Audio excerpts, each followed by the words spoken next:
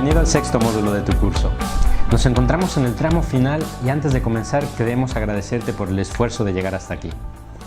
Este módulo lo vamos a dedicar casi por completo al rendimiento financiero de la conducta, que es una herramienta para medir los resultados de la productividad estratégica. Pero antes haremos una breve introducción de la gestión integral para comprender mejor su importancia. Las mentes brillantes forman compañías brillantes, pero creemos que es más importante que existan compañías brillantes que forjen gente brillante. En ese sentido, para realizar una gestión integral, no solo se requiere tener en cuenta la productividad económica de los bienes de producción, también debe integrarse el capital humano para poder conocer el factor de productividad integral de la organización. Aquí tienes un ejemplo de las principales fórmulas para calcular la eficiencia, la eficacia y la productividad. Se trata de fórmulas simplificadas que, como bien sabes, son mucho más complejas que estas, pero son un buen resumen de lo que se intenta calcular. Al final, como puedes ver, las variables consideran únicamente bienes de capital, no consideran el capital humano, por ello no nos interesan. La cuestión es la siguiente. Los outputs son los bienes que se generan por la combinación de los diferentes factores de producción. Si los outputs crecen más rápido que los inputs, entonces el factor de productividad es mayor. Pero en sentido estricto, si todos los factores de producción se identifican y miden correctamente, como el tiempo, materias primas, costes asociados y el capital en todas sus dimensiones, el resultado final del proceso de producción medido en outputs debería ser siempre el mismo. Pero como esto no es así en la realidad, entonces, ¿cómo se explica que a veces el factor de productividad se incremente de un periodo a otro con los mismos insumos? La respuesta está en que se trabaja de forma más o menos inteligente, con más o menos formación o con mayor o menor integración. Esto es lo que intenta aclarar la gestión integral. Veamos el siguiente caso de los bolígrafos Bic. Aquí tienes un resumen del proceso de producción de los bolígrafos, donde la materia prima es siempre la misma para un mismo lote de producción. Se trata de un proceso de pocas piezas ensambladas, pero complejo y preciso industrialmente hablando. En principio, conocer la productividad de un lote de bolígrafos es muy fácil. Sumar los outputs, sumar los inputs y luego restar estos a los primeros. El siguiente paso sería observar este ratio a través del tiempo, en distintas regiones o con técnicas alternativas de producción para comparar y descubrir mejores o peores resultados. No obstante, Bic ha logrado que la producción y ventas de su producto estrella se incrementen a un ritmo más que satisfactorio. En 2010, con motivo del 60º aniversario de su producto estrella, realizaron un proceso de auditoría para reafirmar la idea que habían implementado en el año 2000 para su nueva estrategia global.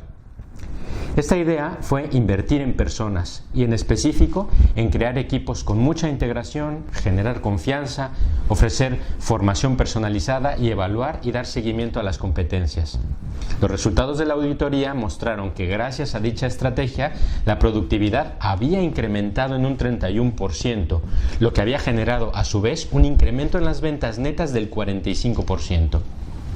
Además, una de las conclusiones fue que ese incremento no se debía a vender más, sino a vender mejor, a fabricar mejor y a ofrecer un mejor servicio, en definitiva, a producir mejor. Esta es una prueba de que solo cuando se mide la productividad del capital humano, los empresarios y los managers se dan cuenta de la relevancia de esta en términos financieros y en especial en su impacto en la cuenta de resultados. Además, Bic tiene la convicción de seguir por ese camino porque ha comprobado que su inversión estratégica en capital humano ha generado un mejor estilo de trabajo y, desde luego, altos márgenes de utilidad. Y no se trata de la única empresa que lo ha hecho. Puedo citar a S.C. Johnson, FedEx o eBay. Y tampoco es exclusivo de las grandes multinacionales. Algunas pymes como Mnemonic en Noruega con 108 empleados, Vertica en Reino Unido con 51 o la portuguesa Gatwick con 95 también han comprobado un atractivo retorno de la inversión apostando por la gente.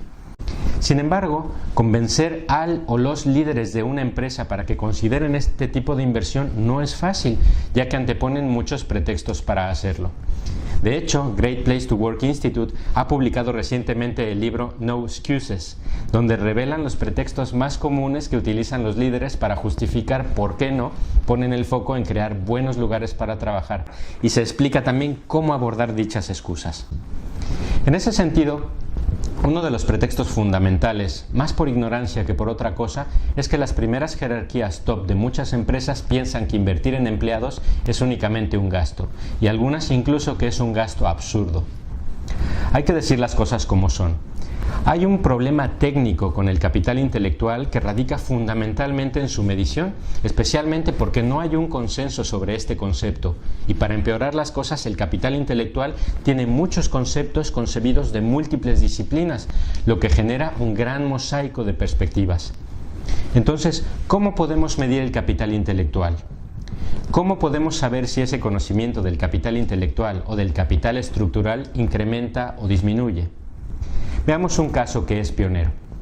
La empresa sueca Skandia es considerada la primera compañía que realizó verdaderos esfuerzos por medir de forma coherente su capital intelectual. Desarrollaron un modelo llamado Navigator con 5 áreas principales: finanzas, clientes, procesos, renovación y desarrollo, y el quinto era capital humano. Su objetivo era identificar lo que llamaron los factores dinámicos ocultos, que según Skandia eran el capital humano y el capital estructural, y que juntos componían el capital intelectual.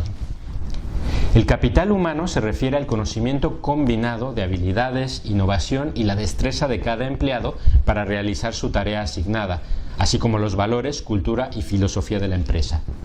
Este capital no pertenece a la empresa, por tanto no es comercializable. El capital estructural es el hardware, software, bases de datos, estructura organizacional, patentes, registro de marcas y todo aquello que da apoyo a la productividad de los empleados. También incluye las relaciones con clientes clave. Este capital sí pertenece a la empresa y pueden realizarse transacciones con él. Por último, el capital intelectual es la suma de los anteriores y representa un esquema de valor que contiene elementos financieros y no financieros que suponen la ventaja competitiva de la empresa en el mercado. Otro concepto que nos da una pista de lo que hay que medir es el de Strassman, que sostiene que el capital intelectual es todo lo que queda cuando se ha pagado a los proveedores, empleados, acreedores, accionistas y al gobierno, incluyendo el reemplazo de activos obsoletos. Ahora bien, una vez definido el capital humano y teniendo en cuenta que no es un activo financiero, veamos cómo medirlo y algunas de sus dificultades. Una de las herramientas más utilizadas en la actualidad, especialmente en Estados Unidos, es la Balanced Scorecard o matriz equilibrada de puntos de Kaplan y Norton, que combina mediciones financieras y no financieras.